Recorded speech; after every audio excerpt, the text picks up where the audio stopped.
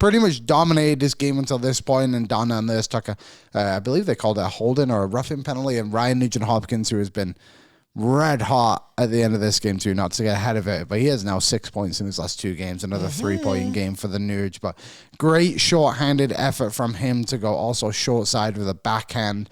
Looks like a guy who's been doing this for a few years. And Zach Lang made a tweet last night, which I thought was funny and also like, oh yeah, you're right. He basically paraphrasing slightly, but he's like, every now and then Ryan Nugent-Hopkins makes plays, which makes you remember that he was a first overall pick from the Red Deer Rebels. What year was that? 2011? I believe so.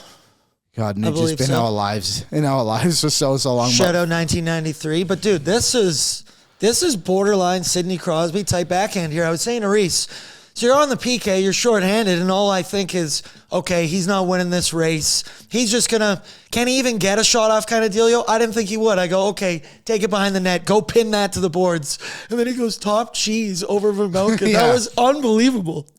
Tough night for Vermelka. The scoring continued. Chris Knobloch last night did say that they're going to run with Nuge at center for a while, which to me would make me believe that these lines are probably in place for the next few games. Obviously, in and out, maybe a few guys, but I think the structure of it will remain the same. There it is. Quote from Ryan Rashog.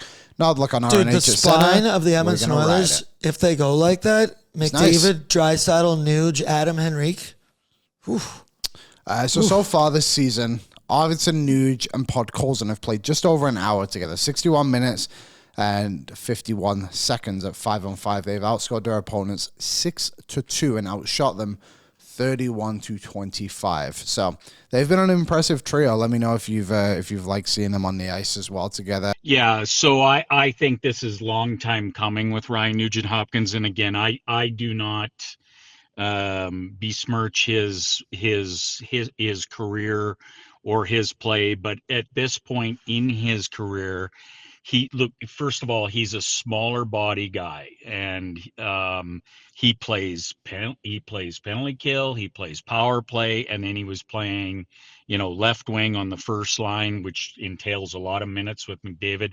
That's just too much for someone like Ryan Nugent-Hopkins at this part of his career. And more than that, I think what you're seeing and what you've seen the last 2 games is you give him a little bit less minutes. At 5-on-5, he looks a little fresher. Not even a little. I thought he's looked really fresh on the power play, and I think makes a big difference. And then finally, I think this is a playoff setup, and I think this smacks of Chris Knobloch looking at the LA Kings and saying, I'm going to run 3 centers at you that you guys can't handle.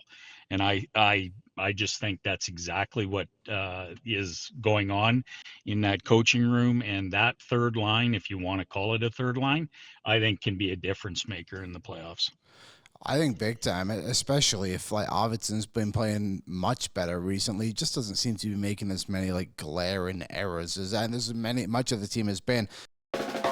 What's up, Nation citizens? If you like that video, then you need to be subscribed to the Oilers Nation YouTube. Podcasts, live shows, exclusive interviews, and analysis.